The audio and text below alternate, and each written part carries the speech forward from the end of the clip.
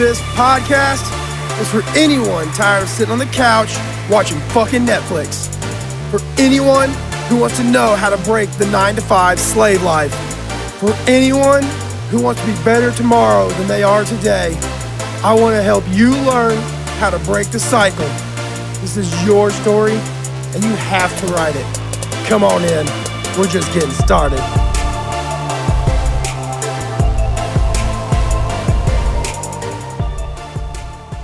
What's up, everybody? Welcome to the Getting Started podcast. I'm here with Joey YAK, the studio CEO. Joey, what's going on, man? How are you today? Man, I'm doing good, dude. I got my workout in. Me, my daughter, my wife, we all did our little 10-round boxing that we do.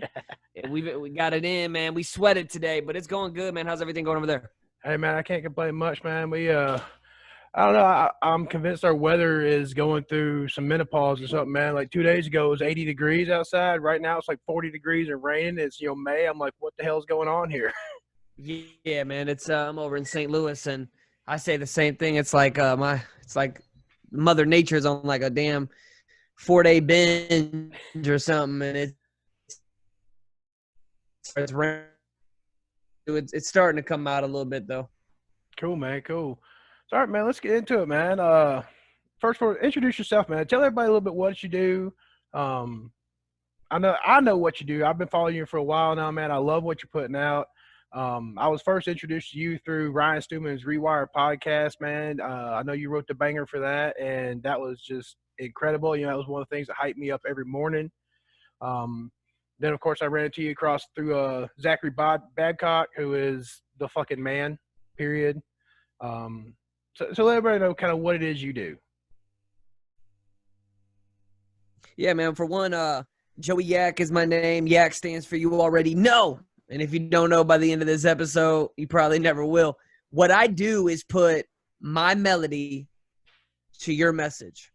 And what I mean by that is, I've been in the entertainment industry, and I, however you guide this, I'm sure some of my story will come out, but I literally create entrepreneur music. I'm from the music industry for a very long time, but I'm a business owner and I'm an entrepreneur. And like, when I started creating entrepreneur music, it's like song about sales. And like, I'm on a mission for commission, rev up this revenue. I treat Cubicle like my own corporation. Like, I have this melody to all of our message as entrepreneurs and intrapreneurs and sales pros. And like, I just have a gift of being able to put my melody to all of our messages. And I do that by creating video content, podcast intros, custom theme songs about your life.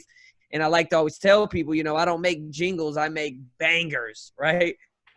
And that's what they sound like. They're on the damn radio, man. And I've been preparing my whole life to be able to provide some type of value. And I'm excited to really get down into the details, man, of like just what I've learned on my journey, man. And when I read the description, this podcast, like you stated, is like about people that are starting out, correct?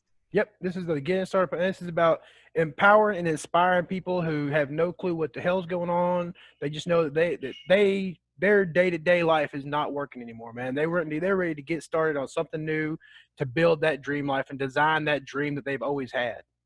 Well, look, if you're listening right now, I advise you to listen to the very end, because you are my people, okay? Like, I just got out of the phase, I feel like, and I'm always going to be in it. Babcock's my guy. We grew up together in the same area, North County, St. Louis. He lives like 10, 20 minutes from me right now. We are the underdogs, right? And I just, like, when I tell people what I do for a living, us as humans, we think that it just starts right there. So if you don't mind, can I go a little bit into my story and let people know how I got to where I'm at? Man, we're fixing to dig right into it, brother. Let's get it. So, I'm 28. I feel like I've lived like 4 lives. So like, I started doing music at like the age 8, 9 years old. And I'm from St. Louis. And right when Nelly started blowing up, we actually were introduced to Ali from the St. Lunatics. Okay. And Ali from the St. Lunatics saw me rapping. My dad grabbed him and was like, yo, you need to listen to me rap. When he says me, he's talking about him.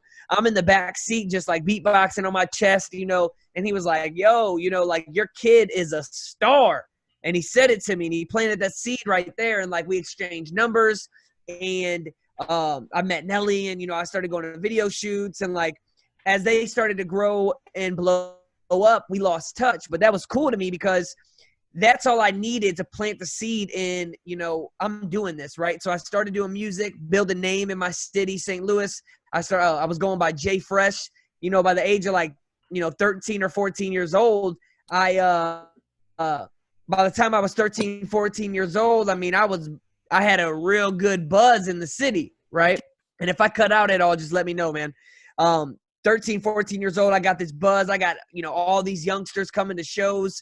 And I was the soccer player, though. Here's the thing. I was a soccer player that rapped, right? So I went to college, community college. I was also like a little alcoholic, just pot smoking, selling drugs, all that type of shit. That was me in high school. My dad got hooked to crack, right about 11 years old. So he disappeared. I'm growing up with my mom, my two sisters, and it was tough growing up. But music was always my therapy, right?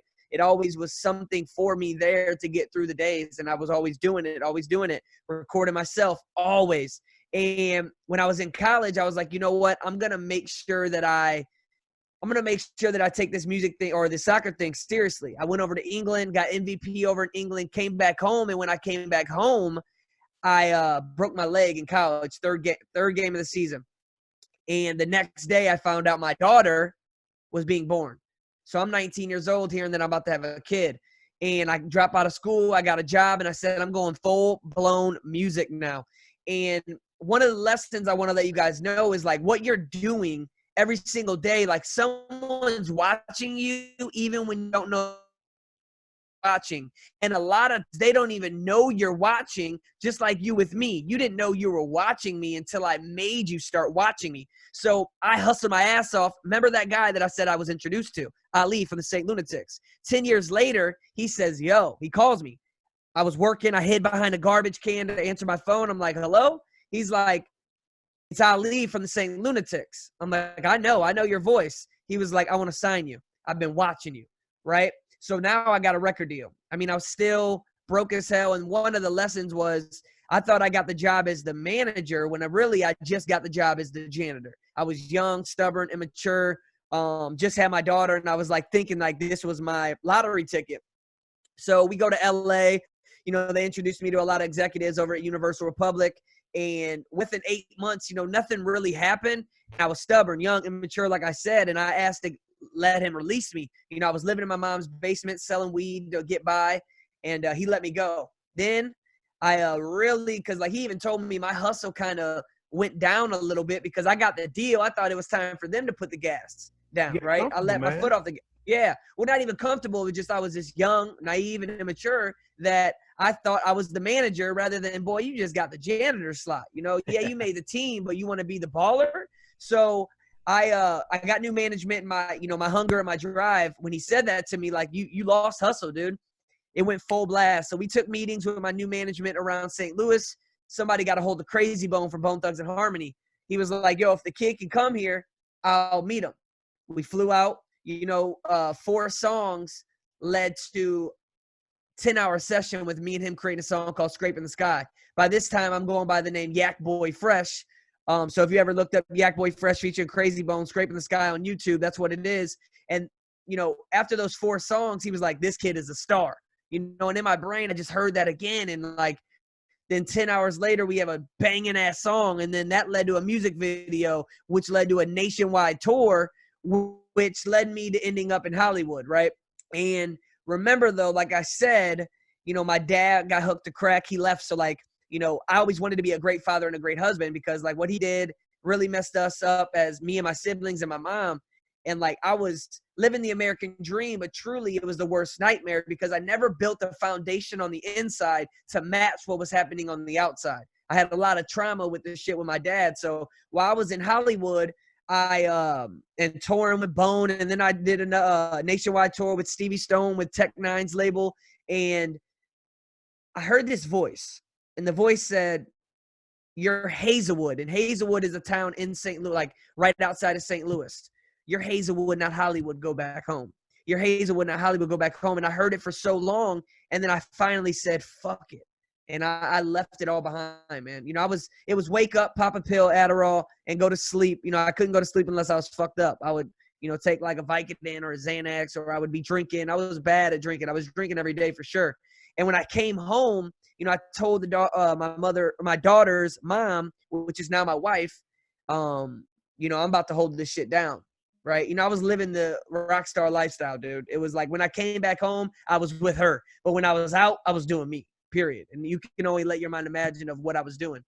And, the first 6 months was very rough for me transitioning because I felt like I was an embarrassment. But what I truly learned now is like embarrassment is just ends up being a future encouragement if you let it. I was embarrassed at the moment, but look where I am now, and I use the moments as encouragement now. So for 6 months, dude, I tried like being a pipe cover in the union. I tried to do some labor landscaping, and then I heard that this thing called digital marketing telesales. And the dude said I could make 216% commission. I was like, yo, I'm in. If I could sell some 500 hours and make it 1,000 and it's $17 an hour, let's get it. So I went there in like a $10 outfit, dude, from Ross. And like I told the guys, yo, I've done these nationwide tours. I'm Yak Boy Fresh, blah, blah, blah. I've never done this, but I've sold myself my whole entire life to very, very legendary people. I'm here to sell you on hiring me. Sold them. Boom. I said, I will be your number one sales rep. And a month before that, June 30th, 2016, was the day that I found out what that voice was that was saying, you're Hazelwood, not Hollywood, which was the Holy Spirit. And I started to overdose on the Holy Ghost. I was ratchet. I overdosed on the bottle. Oh, back up a little bit, Joey, man. You're cutting out there. And still to this day, I haven't taken a sip of alcohol. Hold okay. Back up what was the last thing you heard? Last thing I heard, we was getting into, you were overdosing on the Holy Ghost. June 30th, 2016, man, I put the bottle down. I haven't took a sip since June 30th, 2016. This would be going on 4 years of completely free of alcohol, which saved my life because when I stopped drinking, I found faith, and then I got into the sales career. I started make like my faith, my family, my finances, and my fitness all skyrocketed, man. And I became the number one sales rep, and like, I started getting chargebacks, and like, in order for people not to cancel our services, I would make them theme songs, like without thinking about it, right? Like, give it to them for free. Like, yo, I don't want to get charged back, blah, blah, blah. So a year and a half, 2 years comes around with me at that job. And I just had that entrepreneur bug, man. Like, I was in sales for a while. I knew how to talk to business owners. I never knew why I was in sales, but I know now why. And like, I trusted God's will. Someone told me that. I was like, what does that mean? He was like, you are where you are because you're supposed to be here, and you will know when it's time to go. And I knew when it was time to take that leap of faith. And when I quit my job to go being a full-time entrepreneur, I thought I was going to start running Facebook ads for artists. Like, in my mind, I was like, oh, that's why I did the music thing, and, this, that, and that. And like, I made an intro for Babcock. And then like, I started doing shit. And this is a lesson I want people to learn. One is, you never know who is watching. So that's why every day it's important to build your character. Two, you are where you are because it's going to take you to where you want to go. You're going to use that experience, I promise you. Because what ended up happening is I started making theme songs for like Billie Jean is Marketing, Brad Lee, Cole Hatter, Garrett J. White, Tim Grover. And I didn't ask any of them. None of them asked me to make them a song. I just did it. And I got it to them. And then and also Ryan Stewman, they, I would swipe my credit card. Like, dude, when I came home from Hollywood, I had nothing. And I didn't want to start selling weed again. So what I did was get credit cards. I got on trade lines. My buddy Tommy Webb hooked me up with credit. And I literally spent like $30,000 on, trying to get to events and this and that. And like, hey, I'll perform for free and make a song about this for free. And I wouldn't ask. I would just do the damn thing. And I'm talking like, dude, I made a song for Brad Lee. And I told him I was going to be in Vegas on Friday. Lied. He said, oh, if you're in Vegas, come through. Bet. What I did was booked a trip, rented a car, couldn't afford a hotel room, drove to LA, slept on someone's floor, drove back to Vegas the next day, and he saw the drive and hustle in my eyes and ended up booking me a hotel room for 2 more days. and spent those 2 days with me, just, giving me counsel. And the same thing with Ryan. He hit me up on a Tuesday, said I got an event on Thursday. I flew there in the morning, flew back at night, but I wrapped the entire event. And that's like what built our relationship. Now we own a company together. So it's like no risk, no reward. And the best investment you can make is the one on yourself, because we are our greatest asset. And our story is our biggest asset. Everything you're going through, it's more glory for the story. So with that being said, I create now, at the end of 2018, Garrett J. White, who's Wake Up Warrior, offered me a deal to be an entrepreneur. And I said, fuck it. I humbled myself and said, I'll be number 4 or 5 to his number 1. You don't always have to be number 1. Nowadays in this world, everyone wants to be the man. And I wasn't giving a fuck about that, dude. I didn't. I said, I want to learn what it feels like not to be in scarcity. I want to feel a little bit of abundance in my life. So I took the role, made $100,000 with Garrett J. White. First time I've ever cleared 6 figures without having chargebacks, and it felt fucking amazing. I learned how to have abundance, and at the end of 2019, me and Garrett decided it was time to go. Actually, Garrett decided it was time for me to go. I didn't even want to leave, and I was real bitter, but I also had to tell myself what makes me bitter is not going to make me better. So I chose that it was God showing me, hey, buddy, you were getting real. Your purpose to buckle down and get back to that, okay? And I said, all right, let's get it. And dude, froze up a little bit again there. Go back to where you were leaving Garrett J. White. It was you were choosing to be better instead of being bitter. Absolutely, bitter won't make you better. And like I chose that God was like giving me a sign saying, yo, dude, like you were getting a little It's time for your vision. It's time for you to be the studio CEO, My Melody, Your Message again. Because you had something going, but you kind of backed up, Joey, because you were scared of building and burning. Building and burning. Right? Could you hear me? Yeah. All right. I was building and burning. So he let me go. And, dude, I'm telling you right now, since 2020, I have cleared 10K plus every single month by putting My Melody to everyone's message. I mean, I've even hit 20K in a month now. Like I'm on a roll now to where, I had to take a step back. I call it the bow and arrow, right? Because like there's a couple times when I was with Garrett that I truly believe that, I was selling my soul because I wasn't doing me. But like, so I felt like I was holding myself back. But when you pull yourself back, just like a bow and arrow, the further you get pulled back, the further you launch when it's released. And in 2020, I got released like a motherfucker, dude. I told Ryan, yo, I'm back on my own. He was like, I want to hire you. I said, I ain't let no one hire me. We spoke. Now we partnered into a media company. So I do that. And then obviously I'm doing all podcast intros, outros, custom theme music, being a creative consultant for a couple companies on retainer. And I'm telling you, man, it's like, everyone wants to know, like, what is my purpose? What is my thing? Life is about expansion. So your purpose always grows and it always changes. But one thing that I know is, let's recap on my story. At 9 years old, I started doing music and I did that for like, 12 years full time, like really grinding. The guy that noticed me again. So you never know who is watching. But one thing, and then I came home. I thought that was supposed to be my thing. I could have chose like, oh, no more music. Right? No more music. But what I chose is somehow I'm going to package up my passion and present it as my product. I just shifted my perspective and I presented it a different way, right? Rather than saying, fuck it, I'm not supposed to be, because I thought I was supposed to be a fucking superstar. And I'm so fucking close of doing it.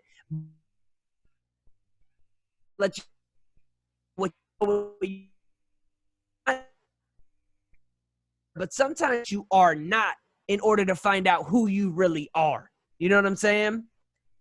Make sense? For real. That's real. One thing plus one thing plus one thing plus one thing equals the thing. That's when, and it just keeps growing and growing and growing. Who knows where I'm going to be 5 years from now? But I guarantee you what I'm doing now was just useful, and it's experience where I'm going to, period. Oh, you there? All right, back up a little bit. Repeat that last little thing you said there.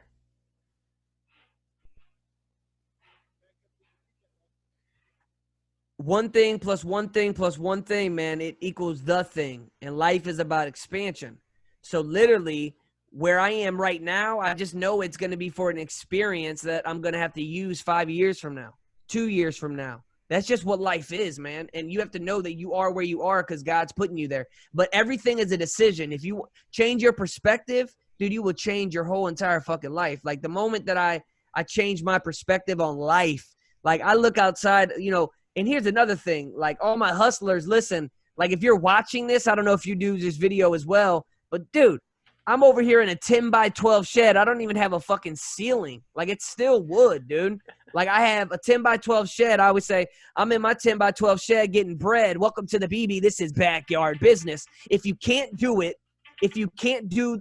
like in the shed, bro, you ain't going to be able to do it big like that. And that was one of my reasons that when I was on tour and had a deal, I didn't develop the foundation of small. Like small and simple is sexy because it grows your discipline as into doing it big. You know, I'm making 10, 20K in a shed.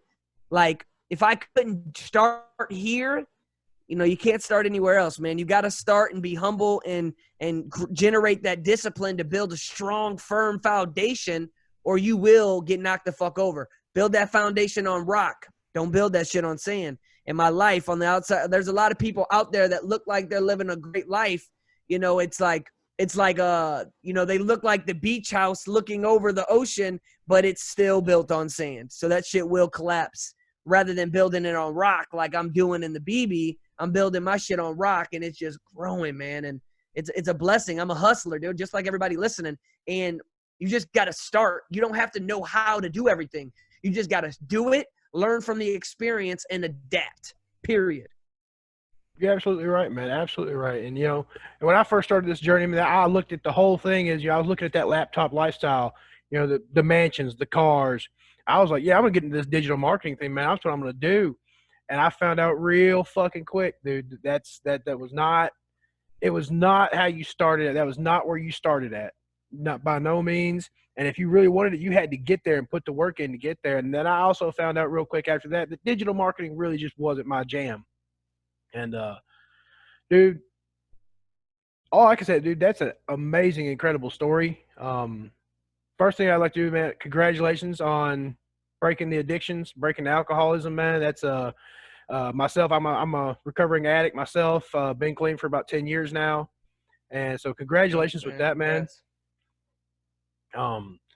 Thank you, man. It's 1 year clean of no prescription pills too, man. Like I take these little CBD energy pills, but for like 10 years, man, I was on Adderall prescribed, and I used to joke around, you know, it's not an addiction if you have a prescription, and that's a lie. Like for about 3 weeks, man, like I was curled up in a ball when I didn't take Adderall, and I was very depressed and anxiety. And like I still to this day, that's another thing like people need to understand, like just because people make hella money and shit doesn't mean they don't suffer from anxiety. Like my panic attacks still to this day are real as fuck.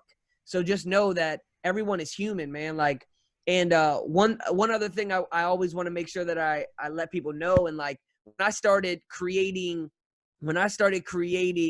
music for people, like my company's called Gold Rush Media.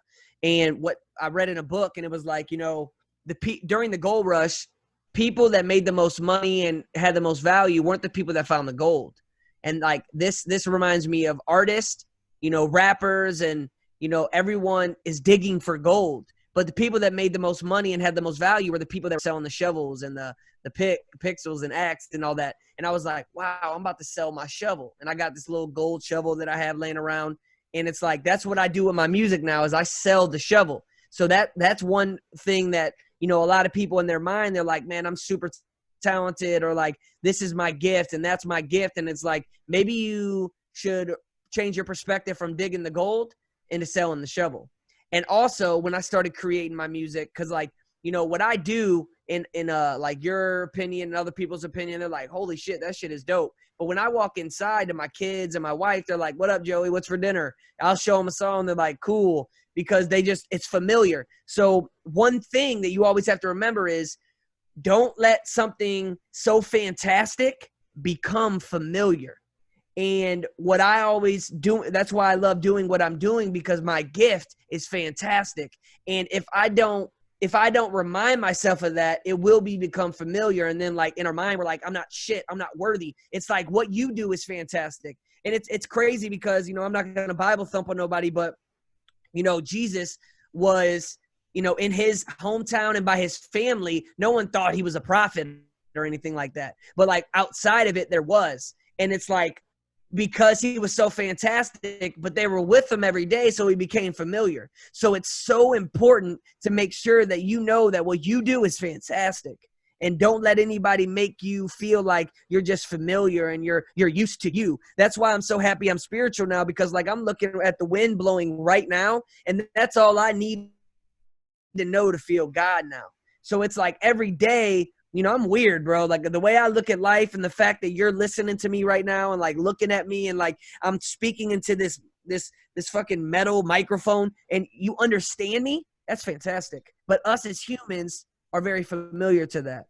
So it's like simplifying life and like just going small is really going big, and it's just a beautiful thing, man. And if you can literally do that, you'll be able to find like silence in this chaotic world, which is called inner peace.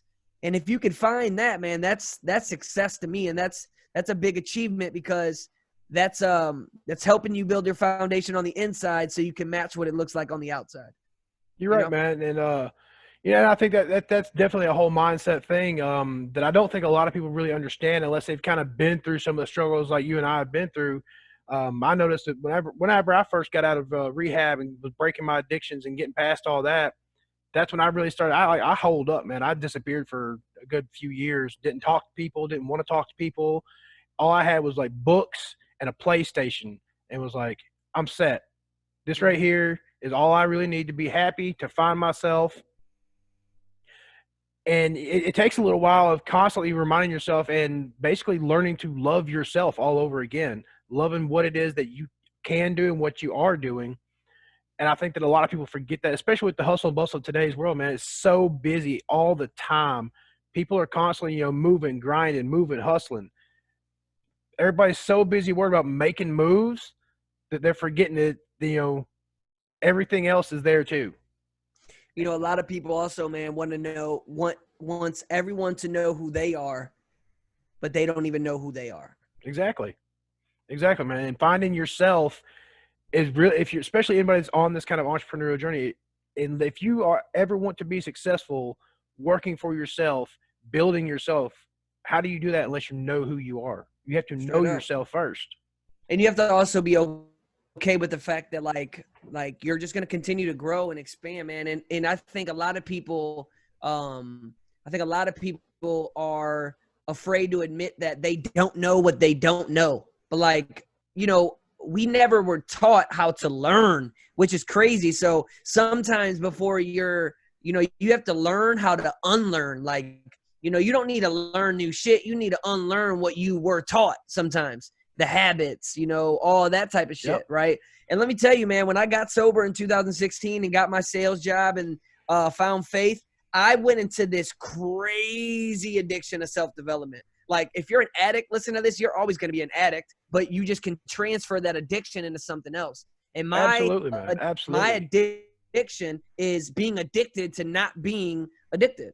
You know, I didn't even drink at my wedding, bro. Like, I'll probably never take a sip of alcohol in my life. And has there been times where it's like, man, I could do that. But what I feel like, I'm just very aware of who I am. And I use the analogy of like driving behind a dump truck. You know, when you drive behind a dump truck, you know, little shit's flying out and stuff. And hold up a second, bro. You froze up again. 3 weeks that the cracks. Hold up, brother. Back up a little. Okay, what was the last thing you heard? Driving down the road behind a dump truck. Driving behind a dump truck, little pebbles fall out. And when those little pebbles hit, I mean, I'm talking about the smallest pebble in the world. And like that little crack in your windshield, I'm talking like very small where you barely see it. But 3 weeks from now, it spreads across the whole entire fucking windshield without you even realizing it. That's just how that type of shit goes. And that's how I feel like I would be if I drank one drink, pebble, windshield, 3 weeks later, fucking I'm blacked out drunk again like I always was. So what Hammered I on the front chose to yard. do instead of driving behind the dump truck, I just switch lanes. You know what I'm saying? There Just you switch go. lanes, bro. Just be self-aware. So it's like I'm switching lanes, and I'll switch lanes until the day I die, just because I know who I am, and it's just the result that I've seen in my life as far as finances, fitness, family, and faith. Man, it's second to none. It was the best decision, right? You know, I have another daughter now. I'm married to my high school sweetheart, which both kids are hers. It's just I never thought I was going to be that guy, man. I thought I was going to have multiple baby moms and never be married. Like I used to not believe in marriage, and I'm in a good spot, man. And I think and I'm always just trying to expand and expand. So like people that are listening that are just starting out, I promise you, man, it's not easy, but it's fucking worth it. And it's about consistency, you know. I mean, you know, I've been showing myself in the marketplace for 2 years now to a lot of people, and I've built the trust and I've earned the respect. And it's like when you know, don't ask for permission, just like I did making those songs for people. I didn't ask for their permission because a lot of people think a lot of shit is impossible until you do it. You know, you think if I would have asked people permission to make them jingles, and I tell people like, yo, I don't make jingles, I make bangers. So it's like I'm changing the whole – just stop asking for permission. And if you need someone to give you permission to go, I give it to you right now. Move. Because life's short. Even though it's long, it's still short. And a lot of people die at the age of 25, but they don't get buried until they're like 80. And just because you're breathing doesn't mean you're living, you know? Man, that's absolutely true, man. And one thing I got to know, especially, first, let me back it up a minute, man. The whole, you know, just do it, don't ask for permission. I've always been told my whole life, it's always better to ask forgiveness than it is to ask for permission. Always. And I truly believe that. And you are absolutely testament to that. But, and from a little bit of, you know, research that I did for this, for any of this, I don't do a whole lot of research. I just like to get to know a little bit who I'm talking to first. Your first real banger you made for Billie Jean's marketing, right? Yeah, you cut out a little bit, but you said something about Billie Jean's marketing. Your first banger that you really made was for Billie Jean's marketing, wasn't it? Yeah, dude. And like how that happened was How did you even discover Billie Jean? Like coming from the music industry and, you know, doing a little bit of, you know, telesales and stuff, like how did you, because I didn't even really know who Billie Jean was until I think I heard him on Babcock's podcast. wow. How did you find out about Billie Jean to even remotely know how to go about getting a hold of him and sending him this music? Yeah, so check this out. So like I said, I went on this journey of self-development. And like when I was in telesales, I started hearing about like Grant Cardone and Gary Vee and all them. And Babcock actually reached out to me. He was like, yo, I'm going to this seminar in LA, and I actually can bring one person. Like this was my first experience of like entrepreneur like world, right? He said, you know, you can come with me, but can you find us somewhere to stay? So the same dude, you know, I'm plugged out in LA, and I was like, I got a great dude that would let us sleep on his floor. So the same dude I slept on the floor in Vegas when I did that is the same guy I hit up like, yo, me and my boy need to come out there, and we need to, you know, we'll toss you some money if you need to. Of course, you didn't accept it. He let us sleep there. So, you know, we went out there, we got a rental car, and Billie Jean, the seminar was Mark Lack. It was about personal branding. And Billie Jean was there. And I'm seeing Billie Jean up there, and I'm seeing Mark, and like I'm scratching my head like, I am these guys. I just don't got their money yet. And since then, I was always following Billie, and that right there triggered my mind of like, man, I can do this shit if they can do this shit. You know what I'm saying? So it's about like searching for people that are in self-development or in the marketing phase. And boy, you know, they're so dope at marketing that if you click one ad, you ain't getting rid of them unless you block them, right? They retarget the shit out of you. Oh, yeah. And, you know, I got like lifetime access to his course. I don't even run ads, but like I'm a huge fan of Billie Jean, just because he's a beast, man, at what he does, and he knows what the fuck he's doing. But so when I got a hold of him, I was like, man, this dude's, you know, his whole thing is like entertain, educate, and execute. And like I hired my videographer to come over here. I shot video of me to the song, and then I stole a whole bunch of his videos off a line, blended in there for B-roll, and was like, yo, I made a music video for you. And like I posted it all on his comments, and like one of his team members heard it and fucking hit me on my inbox. They're like, yo, Billy loves this shit. What's your phone number? And I got the call. I recorded that motherfucker too, just for future references. And he was like, yo, it's Billy, man. I'll give you $500 for that track. I was like, keep your money. Just fucking post me on social media. He posted me on social media, and hella people were hitting me up. And like, you know, I was like, 250, 600 for 3, you know, 4 for 1,000. Like saying shit, and like people were biting. And I looked at my fiance at the time, which was my wife, and I was like, babe, I got something, I think. And like I just applied that formula to every single person. And, you know, I was spending way more money than I was making with credit cards and shit. And, dude, I finally just got out of that credit card debt. Like, I'm in the process of I just consolidated. Like, I was at, like, a 24% interest rate. Like, I was getting fucked, dude. Yeah. I was getting fucked. But, like, you know, I tell people I did it all without a college degree. And I ain't knocking education, but it wasn't for me. Like, I keep on giving, and it's getting me to where I want to be. My garden's about to harvest from planting seeds, and it's harvest, man. Like, that's what I've done.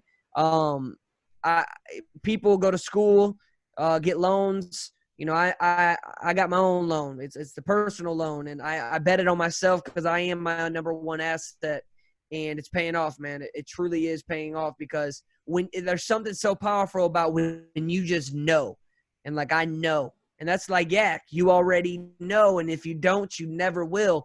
And Yak used to like just be like fun back in the day. Like I used to be like, Yak, gotta fit the Yak in the backpack, like just messing around, right?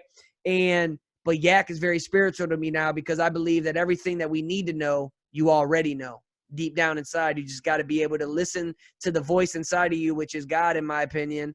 And that's what I choose to believe. Remember, you have a choice to believe whatever you want. We all live on the same planet, but we all don't live in the same world. Our perspective is what the world is to us. We all know we're on Earth. We all got that in common.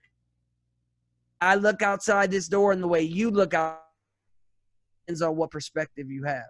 You know what I'm saying? Absolutely, man. You know, our perception is our perception is our projection. You know, the way we take in the world is the way we see the world. And, you know, just the two different lives that we've come from, you're going to look at it completely different than the way I look at it from. We might have sort of the same ideals and some of the same kind of destinations we're going in, but the way you see it will never be the way I see it. And the way I see it will never be the way you see it. And I think that's what makes us all really cool, in all honesty. That's what makes everybody different. That's what makes you for some people. And then there's some people that are never, ever, ever going to buy from you or like you or any of that. And that's cool. There's some people that's going to, you know, buy from me, but then there's some people that's going to look at me and never even think twice about me. Everybody isn't for everybody, and that's okay, man. I'm about to put out a video here soon called The One Thing I Learned About When I Was on Tour with Bone Thugs and Harmony was you have to know your demographic. Like when I put out these entrepreneur music songs and shit, like there's some people that laugh at it and they're like, this shit is dumb. And it's like, I get it, bro. Like you're not supposed to like it. You're not a business owner. You're not an entrepreneur. Just like the guy that's riding horses probably ain't listening to trap music. Same thing with the guy that's selling drugs ain't listening to country music. See, me being from St. Louis, that's one thing about that is like I tell people I was drunk driving on the road to fame. I couldn't stay in one lane. I do country pop music. I do rap rock. There's not a genre I can't touch into at all. And that actually benefits me so fucking much because I do, you know, bangers for people, theme songs and podcast intros and shit like that. I could go any lane anybody wants me to go, but I wasn't supposed to be on tour with Bone, man. Like, that's what I was getting at is I was supposed to be on tour with, like, Justin Bieber or somebody. Like, I was young. You know, I was, like, performing in front of 30-year-olds when I was, like, 20, 21. Like, they didn't want to see this little white dude up there. I had to own that shit, and I got great responses, but it's, like, it's so much easier to win when you're in the demographic that wants to buy what you have. You might be selling, like, this – let's say you're selling a $5,000 product, but you're pitching it to people that are at the lowest class. You know what I'm saying? Everybody isn't for you. So, you know, you can save yourself some like anxiety and like being just like mentally exhausted. Like, what the fuck? You know, you have to know your demographic. You have to know your niche. You have to know who is for you. And those that aren't for you, it's cool, man. Just get them out of your way. Like, bye. You know, you ain't for me anyways. There's a dude, I put a song out that was like, this is garbage. And I said, bro, you listen to trap music. And like someone was like trying to defend me. And that's what I said in the comments, like, hey man, don't even like go to war for me, because like he's right. This shit is probably garbage to him. It's okay. He listens to like Lil Durk and fucking people like that. And that's cool. You know what I'm saying? I'm not knocking those artists, but like that's not my demographic. So why would I be mad about that? So anybody listening to this though also is just know your demographic, know who your target is, and create the content for them. And when you get, you know, bashed by people, which you will, who cares? Because they're not your ideal target anyways. Absolutely, man. Absolutely. Sorry, man. I got this one question I like to ask everybody, kind of wrapping things up here a little bit. What is the absolute best piece of advice you can offer for those out there who are just skeptical about any of this, who look at this whole, you know, personal development and entrepreneurial work as just kind of like a big, you know, scam or whatever that's never going to work, but they do know that their current lifestyle just isn't working anymore? Like, what kind of value could you impart on someone who's in a situation where they bust their ass working all week, you know, 9 to 5 or whatever it might be, just to make ends meet and have no idea how to begin to break free of that typical slave life? Well, I mean, it's one thing though too. It's like, okay, you're that miserable and you're like that, like what got you there isn't going to get you where you want to go, right? So it's, I would say, have an open mind. You know, I grew up Catholic, and I'm just going to use the analogy of this. I grew up Catholic, and it rubbed me the wrong way on God. But when I stepped into the Christian, you know, church, and the music drew me in, it led me to being on stage, right? You know, they always say people at the barbershop, they're going to end up getting their hair cut. People at the car dealership are going to end up just maybe even putting air in their tires, right? Like, stick around long enough with the open idea of like, this could be for me, and watch what happens for you, man. Just be open. Don't be like, this isn't for me, because of course, like, you get to choose if this is for you. Nothing is cheesy or cliche. You get to choose. This is for me. I believe in this. Just like having faith in God and everything. It's your choice. You get to believe it or you get to not believe it. Whatever. Like, if it's real for you and it's true for you, then you choose. And something with people is you got to literally take a step back and go simple before you can go big. And like I said earlier, you know, something so fantastic soon becomes familiar. So make sure that when you find out what is fantastic, to do what you have to do to make sure that it doesn't become familiar every single day. So you're like, wow, my gift is fantastic. And that's in a humble way. And look, if you ain't dead, you're not done. Period. Absolutely, man. That's awesome. Joey, man, it's been great having you on the show, man. It's been great getting to know you a little bit better. Dude, I look forward to everything you got coming out. I'm not going to lie, dude. The first time I seen, because obviously when I heard you on Stewman's Rewire podcast, I didn't know who you were from a fly on the wall. Right. And then I seen a video you posted one day, the corporate hustle. I was like, what is this? And as soon as I listened to it, man, I was just like, yeah, I can dig this. I'm on this. And I heard a couple of those tracks, and then all of a sudden, I don't remember if you posted it or if I just saw it somewhere. I saw a banger you did for a landscaping company. I was like, what? So, yeah, definite testament to that, man. You can definitely hit anybody, anywhere. So, man, wrapping things up, man, just send everybody off, man. Let them know what it's about getting started. Let me see what you got. With what? Just throw a little something down, man. I can't let you leave without having you spit something. Oh, you want to hear me rap? I want to hear you spit something, man. Look, no one taught me how to start a business. I just did it. I knew my why, and I had a vivid vision. Had no formula, no process, no strategy. Look, I'm self-made. No one else's money's backing me. It was trial and error, but I learned from my mistakes. Get these leads in my funnel. Watch my system automate. I know my closing rate. I know how many leads it's going to take to make what I want to make. So I'm out here every day prospecting. My weapon is my melody. I don't pitch my product. I sell them me. I used to thought I would get bigger the harder I grind, but I was shooting from the hip with no target in mind. I used to want to sell to all of them. Now I know my audience. Don't matter if you got the keys, if you don't push to start the whip. I know my demographic. Now I know my niche. Entrepreneur music. Get used to it. About to grow this shit. YAK. YAK stands for you already know. And if you don't know by the end of this episode, yeah, you never will. Awesome, man. It's been great having you here, man. It's been an absolute pleasure, Joey. And man, I look forward to seeing what you come up with in the future, brother. Hey man, you already know, dude. And anybody listening to this, if you want to, I'm real personal, as you can see, man. I'm from the heart. I'm an open book. And Joey YAK, Joey.yak on Instagram, Joey YAK Peeper on Facebook, or you can go check out some examples of what I really do at joeyyak.com. Awesome, man. Awesome. Y'all heard him. And hey, y'all get out there and check him out. Joey, have a great rest of the day, brother. You too, bro. Yeah.